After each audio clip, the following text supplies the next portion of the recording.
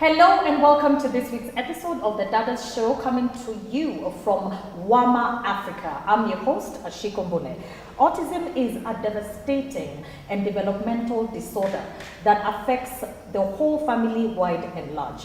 A diagnosis of autism spectrum disorder is both shocking and scary for both parent and child. The unique and at times odd aspects that are related to ASD can affect the entire family, both psychologically and emotionally. The official data on autism prevalence in Kenya is yet to be found. However, according to the Autism Society of Kenya, a parent-driven organization that was founded in 2013, they believe that it is 4%, which means that every one child out of 25 is autistic. This figure is actually higher than the global average. The good news is that the situation in Kenya for both parents and autistic children is improving. Today we shall meet parents to autistic children who have created platforms to increase awareness about the disorder while bringing together parents and caregivers in similar situations to share information, experience, and support. As always, we encourage you to take part in our conversation by joining us on all our social media platforms at the Dada's KBC. We look forward to hearing from you. We look forward to your feedback, your questions on this and any other episode. But before we dive right into the introductions, kindly watch the following feature. Autism or autism spectrum disorders refers to a neurodevelopment characterized by challenges with social skills, repetitive behaviors, speech and nonverbal communication, as well as by unique strengths and differences. Persons with autism spectrums each have distinct strengths and challenges because of autism is a spectrum disorder. Some people with autism may require and depend on others for support in daily lives, while others may need less support and in some cases live entirely independently. Signs of autism can be seen in a child as early as 3 years old. Some of the signs you should look out for are no back and forth sharing of sounds, smiles or other facial expressions by 9 months, no interactive gesturing such as pointing, reaching or waving by 12 months, no words by 16 months, any loss of speech or social skills at any age, etc. A report by World Health Organization in 2018 estimates that 1 in 160 children has autism spectrum disorder worldwide. In Kenya, no official statistics have been released. However, the Autism Society of Kenya has estimated prevalence of 4% in 2007. Persons with autism face major problems such as lack of awareness in the community. This forces parents to feel uncomfortable bringing their children out without being judged. Parents and caregivers of autistic children have established support units for each other over the last decade. Taking care of them is very, very draining. You know, some of them, they don't go to the toilet normally. So it's a lot of work that this will go through. And maybe when a woman is pregnant, they expect to give birth to a healthy child who can walk, child who can eat, child who can speak. But now, when it doesn't happen like that, they feel depressed, they feel the anxiety, they feel like blaming someone, they feel like maybe wamerogwa or something. And that is what brings the depression. No. So they need to be talked to every day. They need a counselor, a professional to tell them what to do, to just maintain them. It's even draining them financially because they need a lot of money to take care of this person. Awareness, acceptance, inclusion for all persons with autism spectrum disorder. There should be policies in the government because the government should lay down policies that should be implemented trickle down to the society, the local mwananchi. So the government should give them an opportunity and openings in the employment opportunities so that they can be absorbed wherever they go to. Welcome back. As mentioned, joining me today are parents to autistic children who have taken the initiative and created a platform to disseminate information, to break stereotype, and to also support each other. I'm also very privileged to be joined by a trainee at WAMA Africa. If you caught the previous episode that we shot, we did explain WAMA Africa as a social enterprise establishment, a restaurant that hires special need individuals. So today we have with us Chelsea, who will be joining us. She is autistic and she's also a trainee here to give us a little bit more insight about her life and her experience here at WAMA Africa. But right next to me is Miss Sylvia Mora, who is the founder of Kenya organization Andy Speaks for Special Needs. Have I got any correct? Perfect. Persons Africa, yeah? Which advocates for children with special needs, and she is also a mother of 2 boys with autism, correct? Next, we have Mr. Duncan Kerr. Mr. Duncan Kerr has been very, very vocal, and it's also very admirable. He's a father. Most situations we find that the fathers tend to take a back seat, you know, of course, according to traditional African society, the child, you know, raising and bearing is always designated to the woman folk. So Mr. Duncan Kerr has a group called the Special Fathers Network, the Nairobi chapter. He has made it note that it's the Nairobi chapter, there's a USA chapter. He's the founder of that, Karibu Sana. Of course, I'd also like to acknowledge my wonderful audience. I am honored that each and every single one of you could take time from your busy schedules to sit with me and to discuss this issue today. So, Karibuni Sana.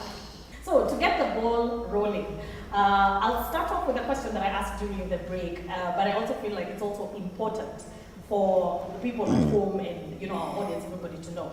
So, do you prefer to, do you prefer to say a child with autism or an autistic child? I understand that's a debate in certain groups. An autistic child. It is always debatable, but after a lot of fights and conversations, you find that it's supposed to be a person-first kind of approach. Yes. When you're referring to disability. So that, because when you say a child with, it's like you're the same way you say someone living with. You're living with your neighbor. Is carved out by the disease, and yes. you do not want that. You don't want that That's because it is insightful. in them. Yeah. So it's part of them. part of So it's an autistic person. Okay, thank you so much. So still on you, from our conversation, in your own understanding from the extensive research that you have done, how would you define autism or ASD? ASD. So autism spectrum disorder, as that's the long form. Autism is what we are comfortable with. ASD is the initials for it, but it is a neurodevelopmental disability that is characterized by aspects of differences in social interaction, repetitive actions, and also we have behaviors that are different in behaviors, and also language. So all these aspects are affected. But because we say autism is a spectrum, the one unique thing we have to also identify is there is no, if you meet one autistic person, it's one autistic person. They could have picked different aspects of the 4 quadrants, yeah? So you do not expect one person to be like the other. You can never find 2 autistic persons that are alike. Maybe they would share one thing in behavior, or in speech difficulties, or in intellectual challenges, but there are no 2 people. It is a very wide spectrum, whose cause is still not known. Your sons, I mean, as you mentioned, that they're definitely 2 individuals, and I shouldn't even, you know, clump them together. Not at all. No, so tell us about the, you know, tell us about them. Okay, so first, as a developmental disability, when we talk about neuro, that means the brain. So as your brain develops, there is the stages that are expected as a child. We say by this time, a child should have been able to attain certain milestones. So those are some of the early indicators.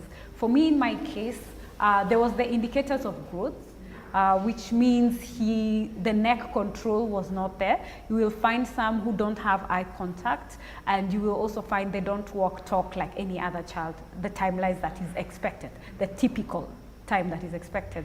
So for and then autism you'll find has comorbid conditions. Comorbid conditions means coexisting. So for my middle child, we say baby A, that's Andrew, and B for Bradley. So for A, it started with the convulsions. Convulsive disorder is one of the very common, and epilepsy.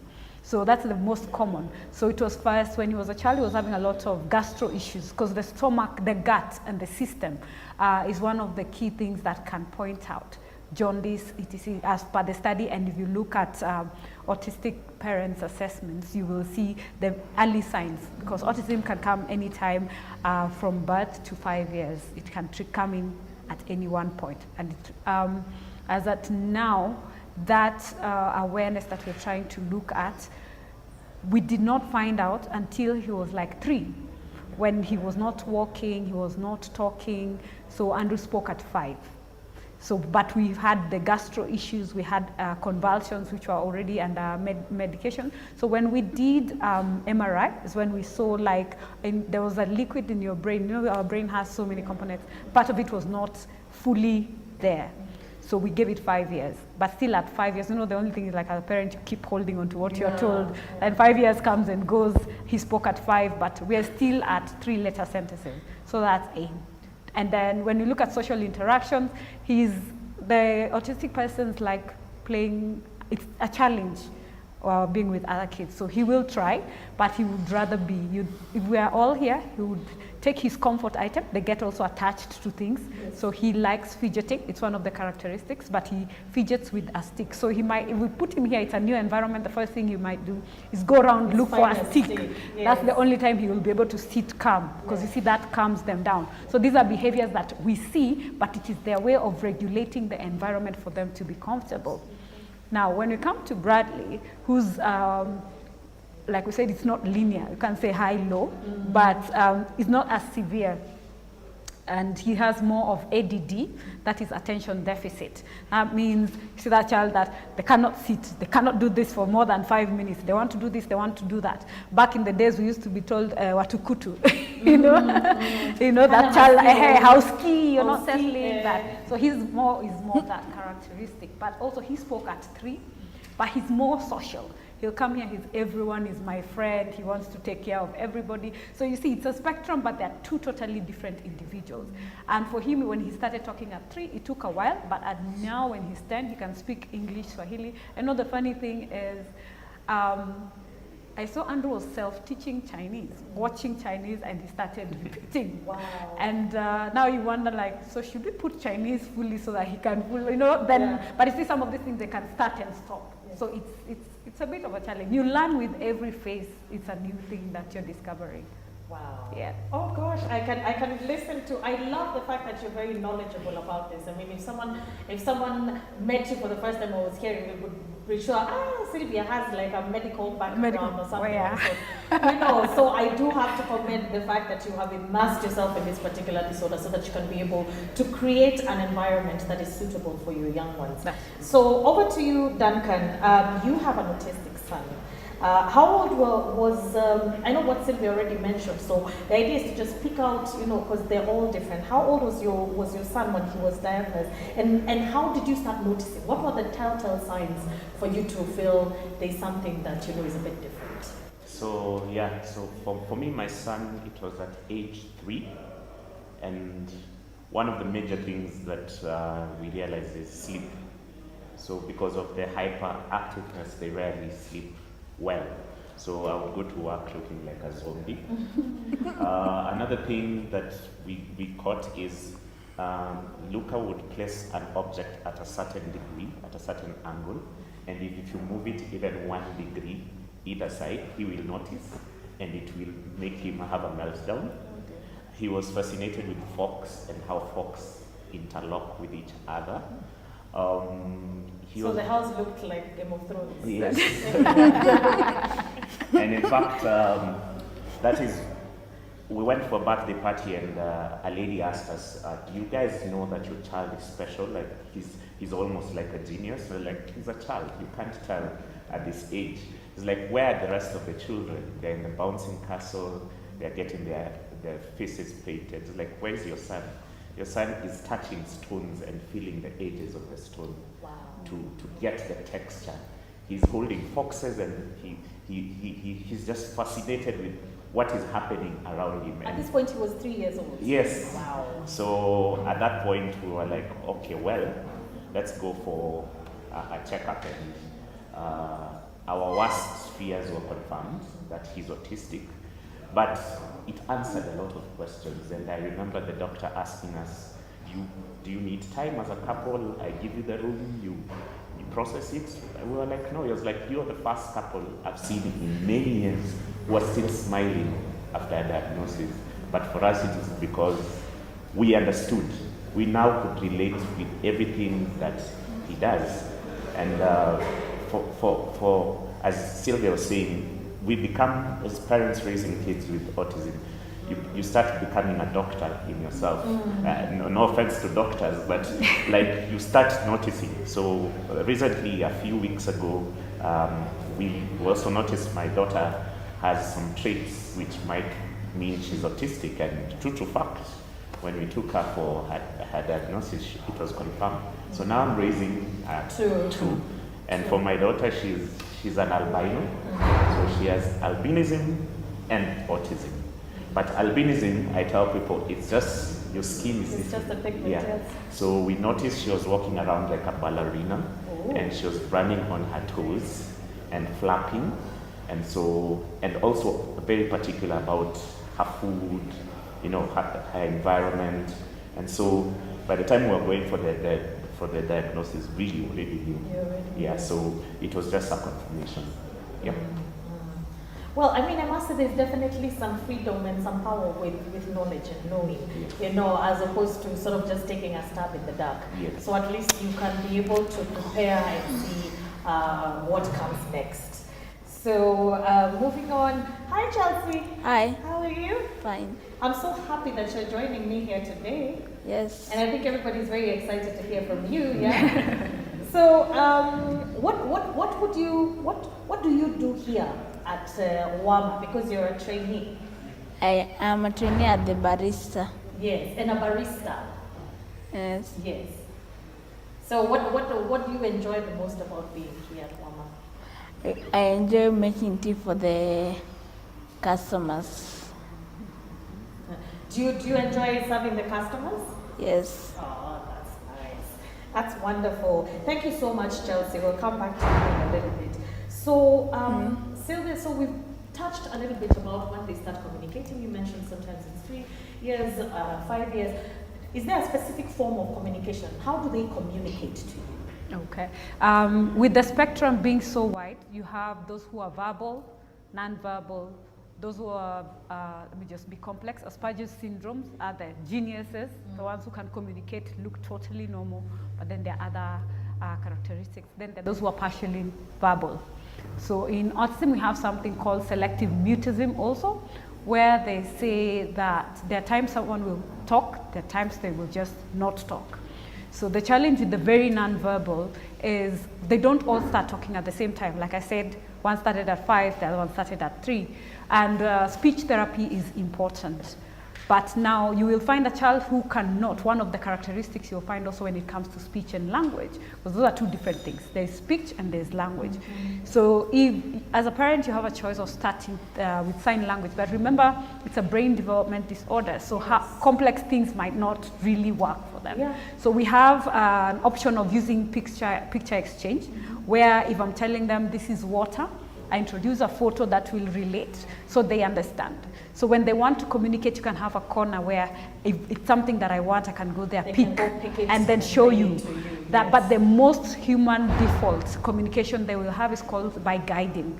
This means as a child, if I want something, I'll come to you, get your hand, take you to where I want. So this comes secondary to help you. Let's say if it's in the kitchen, there is so much. If they take you to a cupboard, you can be like, okay, what of all exactly? Yeah. Yes. So you can train them slowly if they are the ones who've shown indications that they can pick up words, one word words, because you see they'll find they'll be able to mime what it is that you're saying. So that's another option. In the UK, I did my research across the globe. Yes.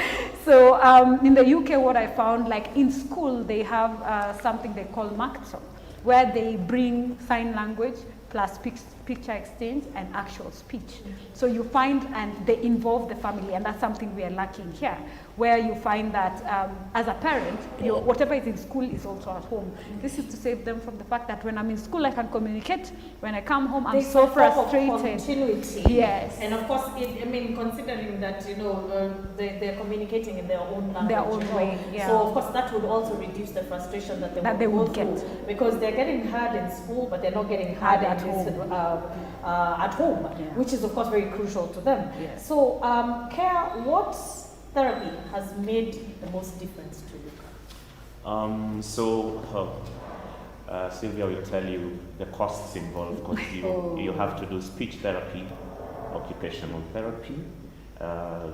You can also include behavioral therapy, just to teach them how to interact with other kids, and each of these items is charged differently. It's not one fee, and depending on the center you take them. So for my son Luca, he's nonverbal, and he communicates by show. So he will, if he wants something, he will pull you to where that thing is. So the guiding. The guiding. So you can imagine if you're standing in the kitchen and you're like, okay, just tell me what you want. But with time, as parents raising kids with kids who are autistic, I can tell you, we try to figure before the child. We are like, okay, I know this is what you want. And because they are very particular, they limit the scope of the things they want to very particular things. So like I was explaining to Sylvia earlier on, my son only drinks water. That is the only fluid he takes. So doesn't drink soda, doesn't drink juice. Which narrows down, if you take it to a supermarket and there's Baby Fresh and there's juice. So that is all. It's only water. That is all he takes. We try to avoid giving him wheat because they say gluten affects. But some of these things, it's trial and error. He loves his ugali, so he has his ugali sometimes in the morning because he doesn't drink tea, or his rice. And he's good to go. He's good to go. Yeah. I mean, there's a brilliance to it, and I hope you're not speaking out to it, but there's some sort of brilliance to it, and I think sometimes as human beings, if we open our minds to the possibility that not everything has to be one way, that there are multiple facets of our existence and our brain and how we think of things, then I think we will be in a position to completely understand. Because I'm seeing the genius aspect to how your kids are behaving, and I'm hoping that as the information continues to be disseminated into society, we'll start looking at autism as just another characteristics, to children, to individuals. So, for instance, Chelsea is functioning. She's here and she's having work at 23 years old. So, Chelsea, my dear, tell me, once you graduate, what do you want to do after? I want to be a barista. You want to be a barista? Yes. Do you know of a specific place you would like to go? No. You don't have one yet? Yes. So, the barista who makes tea, how do you make tea? How would you make tea for me? You grind the coffee beans. Yes. Then you put them in something like a kichungi. Yes. Then you tamp. Then you connect it to a machine. Then you put the start button on. Then you put the cup under. If it's a small cup, it can enter under. If it's a big cup, you put the 2 green cups, which the coffee will enter inside. Then you put the coffee inside the cup. Then you put milk. Oh, wow. Wonderful. You'll have to make for me a cup of tea when we are done. Who else would want a cup of tea from Chelsea? Nice. That's wonderful. Now, going back to what we were speaking about, in terms of disseminating information. And of course, the organizations that we've even spoken to and the ones that I was even doing research, most of them are actually, parents guided, parents organized, etc. Do you feel like there is a gap between what the various ministries, you told me it's an interministry, undertaking. It's just not responsibility. It's not just Ministry of Health. Yeah. Do you feel like there is enough support and assistance in doing the research? Because like you mentioned, there's still no specific cause of autism, you know. So do you feel like there's enough and adequate support that you get from the ministry? I'll let both of you answer that, but we can start with Sylvia. Trust me, I've sat in all those ministries. You kept there waiting until they can't even tell you first, this is the actual person, this is the actual department, and it can be very frustrating. It's just recent that we have, or most of us have come out, and then now we are being heard finally, and something is being done. And you will find that when you look at autism, it's a multifaceted. You cannot say it's a health issue, it's a social issue, it's a human rights issue. So all of them have to come together. And when you are talking about statistics, that also plays. The statistics are not there because of the complexity. And you know, as human default, something you don't understand, you don't want to start on it. Yeah. Yes. So you find you need to have health, you have to have education, and you have to have social protection. Those are the key three that you always have, and the human rights, because we've seen a lot of injustices. But you find here in our country the challenge that we are having. If I go to the Ministry of Health, I'll give you an example from one of the projects that we have.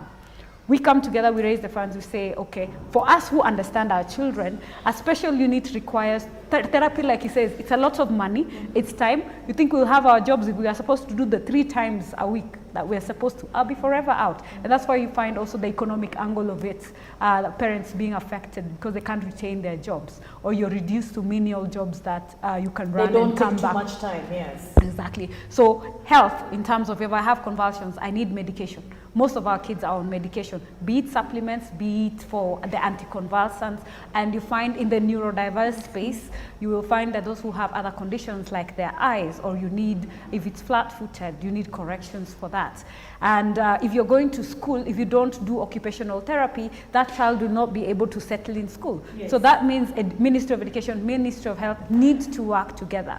But if you go here, you're told that's a Ministry of Health issue. If you go, exactly. On and off. Yes, if you come and say this is the disability, then it goes to the National Council, which is under social protection. Yes. And even them, they do not have the mandate to actually punish and tell these people you have to do this.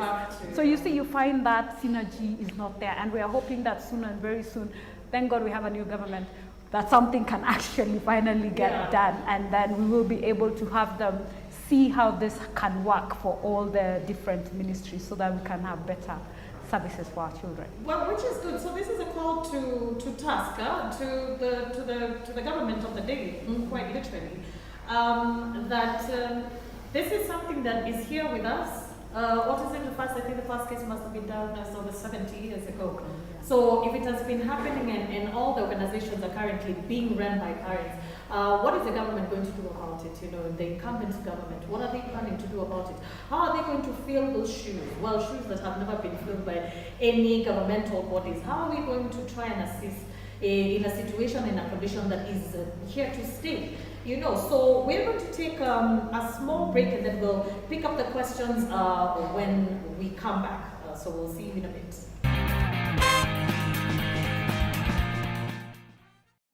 Welcome to Wama Africa, located on Mudhangari Road in Lavington.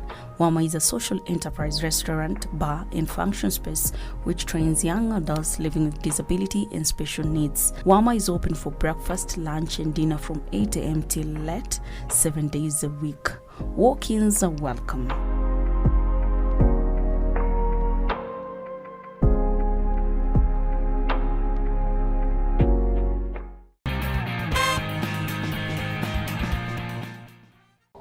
Welcome back to the question and answer and the most interactive part of the show. I look forward to this every time because I always want to hear the thoughts and the opinions of my audience. To start us off, we will have Faith Ken.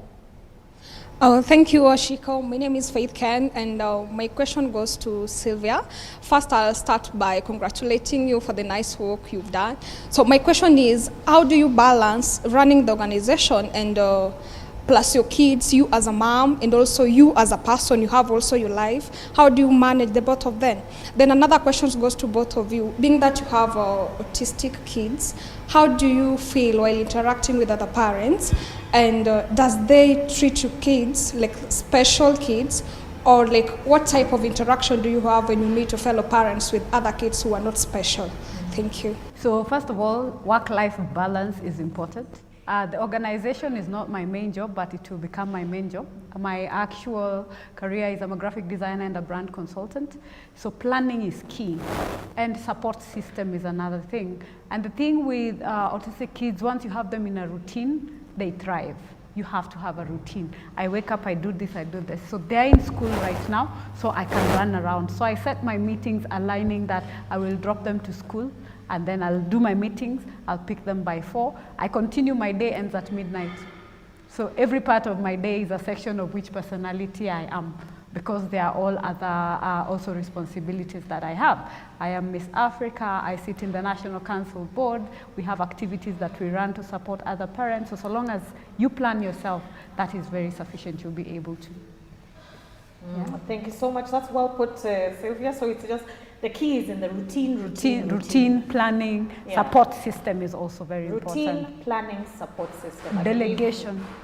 Delegate what you don't necessarily have to do it by yourself. Oh, I think that's very good, and I think we'll upload it onto our social pages for any other parent who's out there who is wondering how to, the work-life balance. So you said routine, delegation, planning, and of course support system. Everybody needs a support system. Duncan? Yes, discrimination is there. We face a lot of discrimination in terms of, when I say we, I mean we as parents raising kids with special needs and our children, because of the ignorance that society has in terms of understanding what autism is about. Because in the African context, they believe autistic kids are violent. So you will find probably your child not being invited for birthday parties because they don't understand that someone can be so calm and they're autistic. To them, most people go straight to this person is violent. And autistic children are not violent. Sometimes they have what we call meltdowns. And meltdowns is because they're frustrated about something, or there's probably, change in weather, and they feel sensitive about that. So it is, for my friends, I educate them and I don't see discrimination, but for strangers, sometimes you can see it. But I go out of my way to try and educate, and if you don't want to be educated, I don't need to be interacting with you. So you will not be anywhere near my children. Yes. I think that's wonderful. I think at the end of the day, you do have the choice in who is going to be around your children. Same way, whether we are talking about differently abled, autistic, I think the choice is up to us. If you feel like you're in an environment where people are not stepping out of their comfort zone to educate themselves about very crucial matters, then you have the option to pull yourself out of that particular situation. Even a school, isn't it? Yeah. Even schools where they refuse to compromise and meet people halfway, I believe then there's a right, and there needs to be a way where it can be reinforced. And we are their voices. For example, the non-verbal. We have to speak up for them. If we don't speak up for them, they can't speak up for themselves. And some of the emotions, it's the parents who take the pain when your child is discriminated against, because your child might not even notice when they're being discriminated against. They don't take things so personally. Remember, their emotional content is higher than ours. Their pain threshold is higher than ours. The way they see things, and then you see the other thing is that being different in maybe how they do things in their routine. You saw how very meticulous she was in explaining that you had how the son arranges things. That's their nature. They do things in a very specific way. So the environmental factors is what brings in the stigma. It's not even the child being different, but we who are around are the ones who make them feel out of place.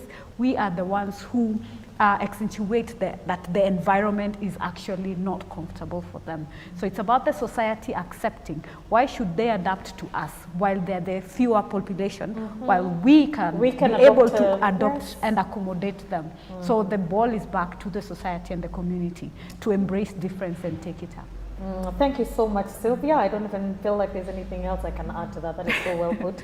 So the next question is by Anne. Yes, Anne. So my question goes to both of them. Is it only genetically passed? And if it's only genetically passed, what about these young couples who are maybe about to marry, and you know, maybe a girlfriend or a boyfriend, it's somewhere, what will be your say to them? At the same time, those who are married, they have never experienced it, but maybe they are on the way to discover whether the child is autistic or not. What will be your say to them to cover up the fear, overcome the fear, the challenge? Yeah. First of all, I'll tell you it's not genetic. Yes, so don't think about it in terms of genetics. It is just a condition that happens. So don't be afraid to get married. Don't start doing all these tests to find out If you are autistic, there's no gene to find. Stop looking at your family history about autism. No. Fall in love, get married. Live your knows? life, yeah.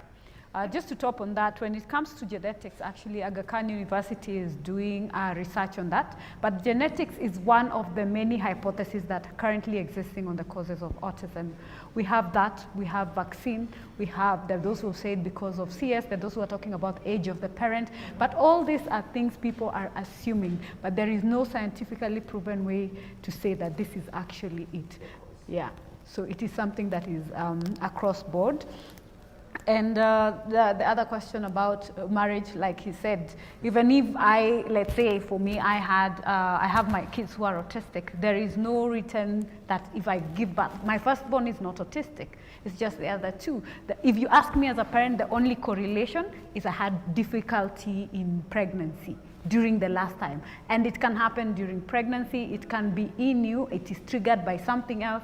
It is remember where we started? Spectrum. Same as also the cause. It is very wide. Everyone has their own story. Yeah. So, and you never know who's going to be next. So don't be like, it's gonna. And about knowledge, that's why we're doing, about knowing, we're spreading awareness so that when you give birth and your child comes, remember we all expect a perfect bundle of joy.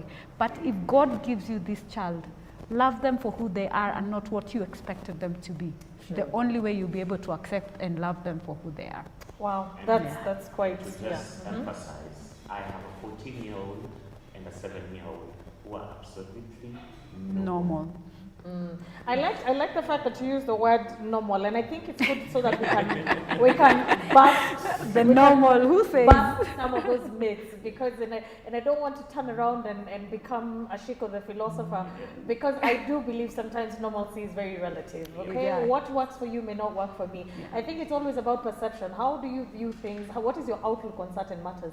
And sometimes what informs your perception is like what she's saying. Educate yourself. Have knowledge about certain things, then know that the array of options that is out there. You know, it's good that today most probably somebody at home has learned that all these are all being hypothesized, like you said. People are still trying to find out what are the root causes and what causes autism, you know. So in the meantime, can we stop branding?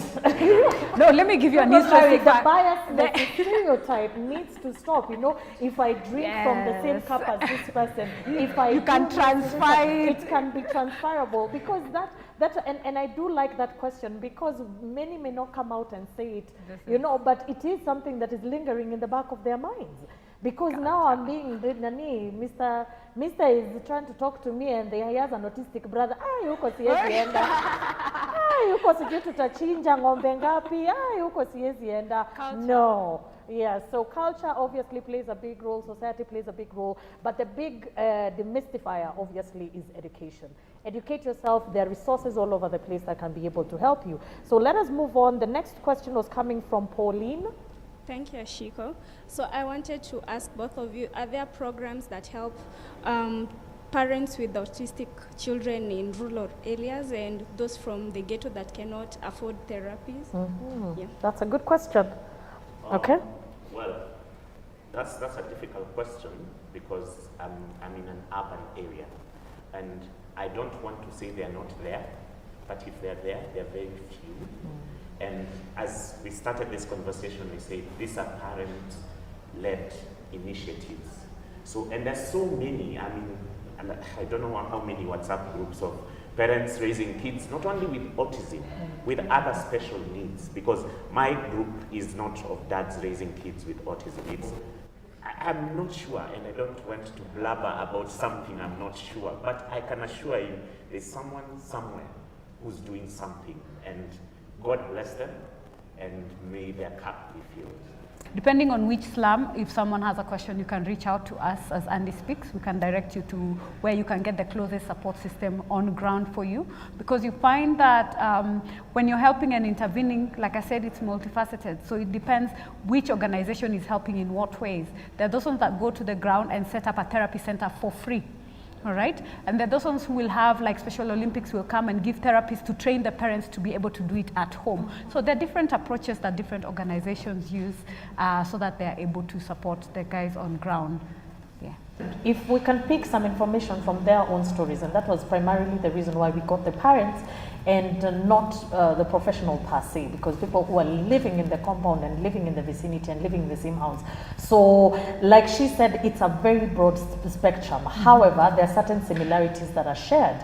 So like you're asking, if you have a child and you start noticing the speech impairment, if you start noticing, specificity in certain things, just little odd quirks here and there, then of course, then you can seek a second opinion, a third opinion. You can visit KISA, you can visit all the organizations that we've talked about. Of course, it's also important to access the internet. The internet is a treasure trove of information. If you do feel, go read up on it. I'm still in awe of Sylvia and how much information that she's been able to acquire, for the duration of her sons being alive. And I'm thinking, where the people go to school for all that time?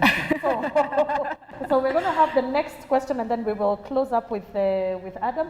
So Bashir, you had a question? No, sure, I had a question. My question is for Duncan, actually.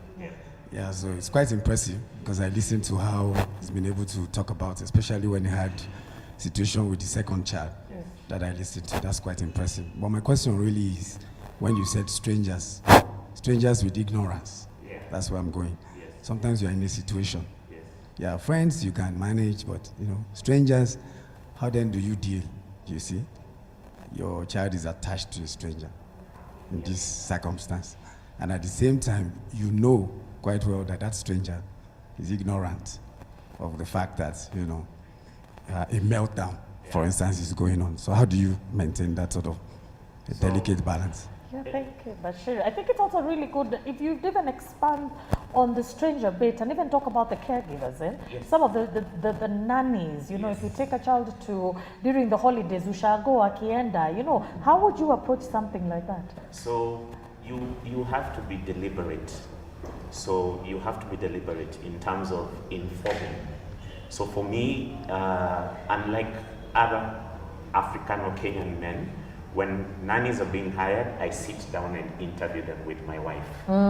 Because I have to be deliberate as a father, and I have to explain to them, do you know what autism is? And if no, can I explain to you? Are you able to be patient? I've been blessed to have 2 caregivers who are very patient with my children. For strangers, if you invite me for a party in your house and I have to come with my children, the first thing I walk in is I'll have to tell them, look, he's autistic. At some point, he might have a meltdown. Or hide your phones. He's very gadgety. Because he'll want to touch every phone. Don't mind him, don't try to touch him because he hates people in his space. If he feels comfortable, he'll walk towards you and try to interact with you. Do not mind about him being all over the place. He's just being himself. So you have to be deliberate with strangers. You can't shy away from telling them that this is the condition that this child has, and this is why they're behaving the way they are behaving. So, and make the stranger also feel comfortable, and ask me the questions you have, so that you're not shy and you're not being ignorant and saying, like someone once told me, you should buy parrot water and give your son so that your son can talk, And I was like, how do you react to that? you react to that? So I just laughed because I'm like, wow, like I can't help you. Like clearly there's something wrong with you. I think even having sometimes a good sense of, I think with even the liberty, and I have interacted with you, you know, like I was mentioned to the audience, I've known Duncan for very, very, very many years. You know, even having a good sense of humor sometimes, and accepting the cards that life has dealt you. And loving those children and adoring those children. And then now that time you're not going to be so close-chested that whenever someone makes a comment like, can I buy your son parrot water? What's parrot water? Like, so that he can talk. Is it sold in the supermarket? Is it in the supermarket? Is it imported? You know, and can we... like what you said about being deliberate, and of course, you know, I think being comfortable in your situation and accepting your situation as it is will stop you from shying away. It is okay to come out and say, my son or my daughter is autistic and we're in your house, so this may happen, and this is the situation I'm in. I'm not scared and I'm not embarrassed of my child. Yeah. Do you have a question that you want to ask me? Because I think most of the time they're always is always our very able host. You know, this is the founder of WAMA. Of course, WAMA here, they do hire autistic young adults like Chelsea. So you had a question. Thank you. My first quick question is to Chelsea, and a message for other employers. What makes you happy about coming to work? Wake up very early in the morning, prepare myself, come to work. The first thing I find at work is the barista lady standing there waiting for me to come, to arrive in school and start learning. That's what makes me happy. Fantastic. That's wonderful, yeah. And the final question for the parents: what can restaurants and other hospitality establishments throughout the country do to make themselves more inclusive for families such as yourselves? Okay, first and foremost, I love that you see an autistic person is normal like any other person. They want to be integrated, they want to be part of the community, they want to do and have a life. Because that autistic child will still become an autistic adult. Yes. This thing we are doing, that special kids sit on this special corner, there is no special world for them. There's no special society. So this society has to integrate them to be part of us. So first of all, let's educate ourselves. Let's learn the things that they can do. They are very good with sequence. They are very good with routine. Like they are the best in IT. We always see people being hailed from outside.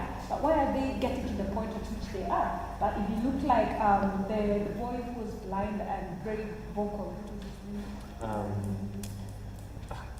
forget it. That one. Yeah. Let's talk about the owner of Virgin Atlantic. Let's talk about the owner of Microsoft. Let's talk about Bill Gates. Let's talk about Elon Musk. What's the first thing you think?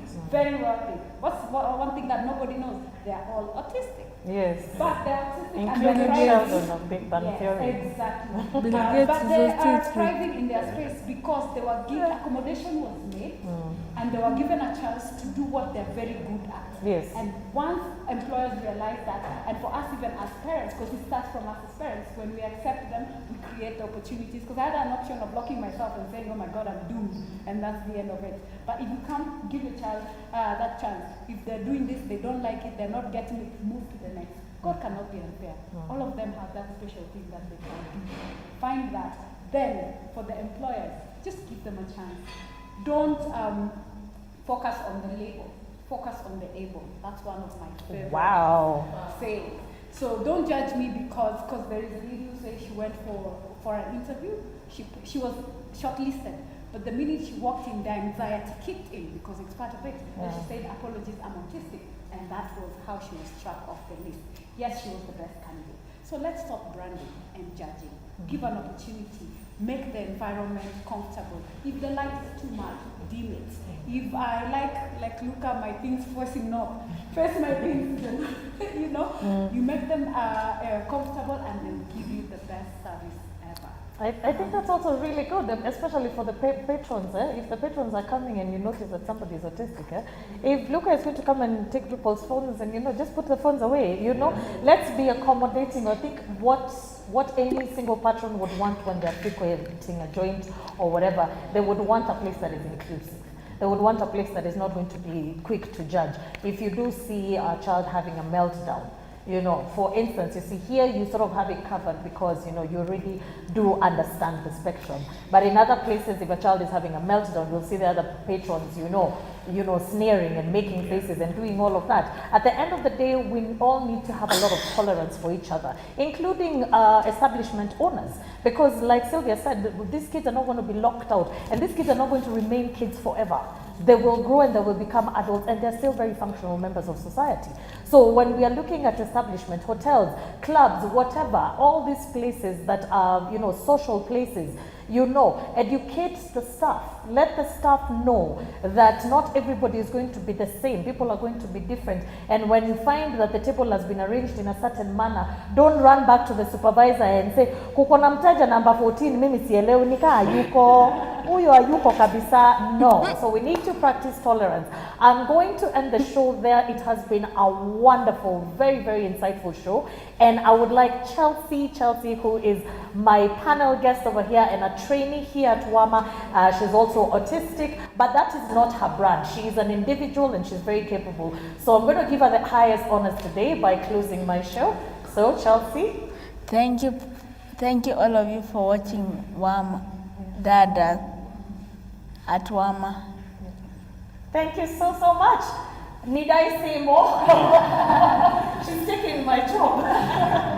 So on behalf of our production crew at KBC and my location partner, WAMA Africa, my very, very able panel and the audience at large, I want to wish you a good day. Let us have tolerance. Let's practice consideration. Let's also educate ourselves in certain facets in life that we do not understand. Until next time, next week, same place, same here. It's the Dada Show, and I'm your host, Ashiko.